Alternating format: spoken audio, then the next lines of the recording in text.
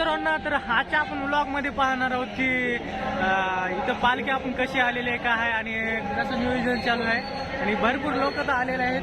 Main म्हणजे मी आता इथं सासवड मध्ये आलेलो आहे आणि एक पुरंदरचा व्लॉग टाकणार आहे मी ह्याच्यानंतर, तो बघायला विसरू नका.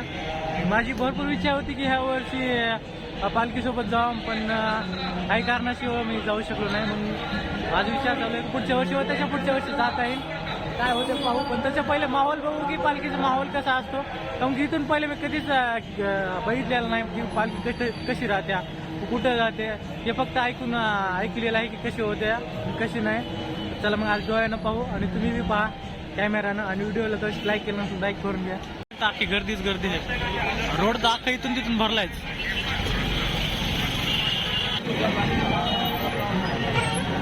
राहू दे ना.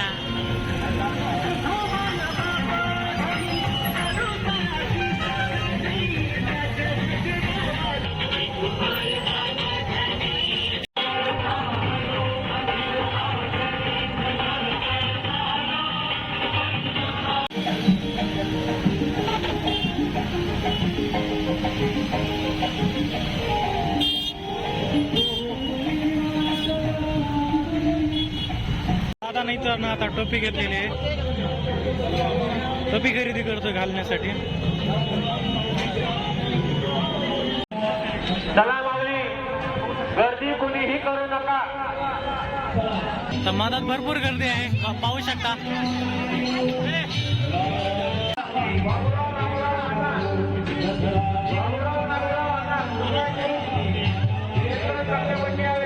ही दर्शनाची रांग लागलेली आहे एकदम खालून, एकदम खालून, तितक्या खालून. आता या रांगीत कधी लागायचं, रांगीत तरी तर जवळपास आलेलो आहोत ज्ञानेश्वर महाराज.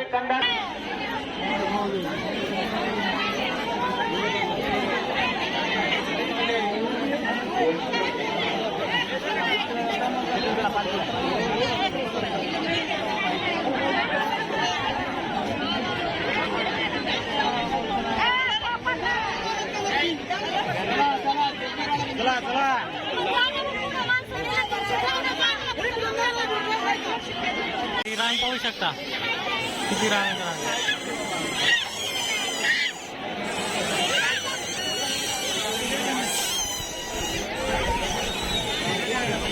तर इतक्या लांब पोहोचतो आहे रांग, आणि इथून मधात जायचं आहे.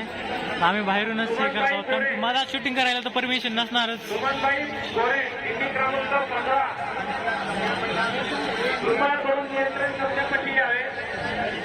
फ्री गोळ्या बी दिल्या जातात कुणाचं काही दुखत असलं तर. मधात खूप गर्दी आहे आणि टाइम भरपूर लागेल, म्हणून मधात नंतर जाऊ आपण. पण इथून पाहिले बाहेरचा रथच पाहू. आणि इथं ज्ञानेश्वर महाराजांची पालखी बी थांबलेली आहे. पालखी पाहू शकता तुम्ही.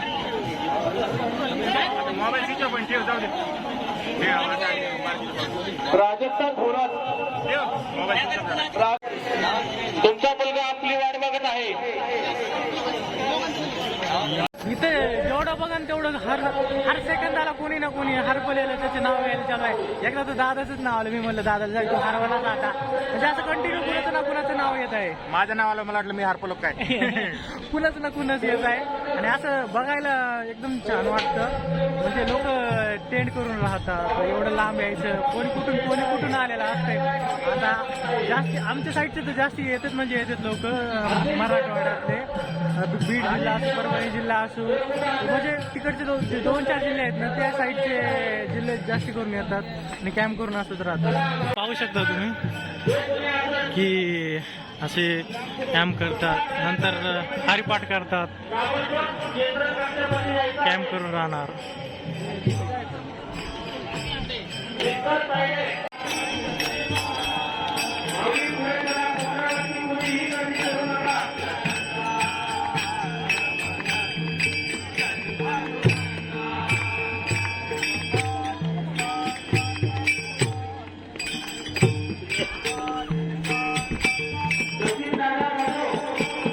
हर कुणाच्या गावाचे, ज्यांच्या त्यांच्या गावाचे आपले ट्रक राहतात, लहान राहतात, त्यांचे सिलेंडर आणलं जातं आणि लांबून येतात.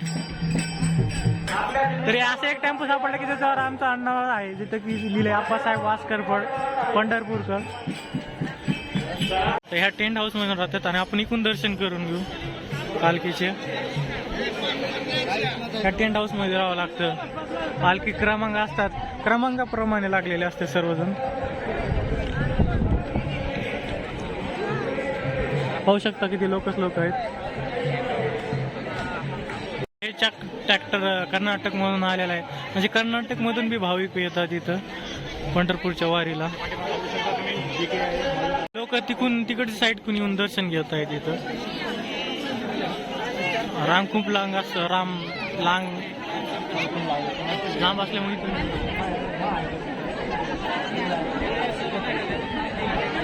बघू शकता संध्याकाळचं नियोजन चालू आहे त्यांचं जेवण करायचं. म्हणजे बाहेरून असं ट्रक मध्ये बसून आलेले आहेत पालखी सोबत.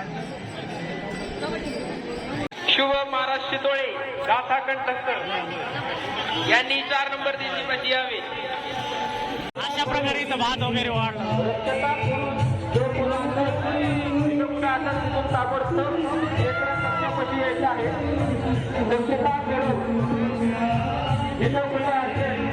तर जसं की तुम्ही पाहिलं आता तर की भरपूर गर्दी होती. मुखदर्शनाला जायला भरपूर टाइम लागेल म्हणलं, आणि त्याच्यामुळे मग आम्ही पाठीमागाच्या साईडून दर्शन घेतलं, पाठीमागाच्या मुखदर्शनातून. तुम्हाला यायचं असलं तर आता येऊ शकता का, म्हणजे आज आहे सासवडला आणि उद्या असून जेजुरीला. तर तुम्हाला जाऊन दर्शन घ्यायचे असले तर जेजुरीला जाऊ शकता. सकाळी पालखी निघणार आहे म्हणजे 5:45 वाजता, आताच आम्ही विचारलेला आहे. सध्या आता रात्री होत आहे म्हणून थोडी गर्दी कमी होत आहे.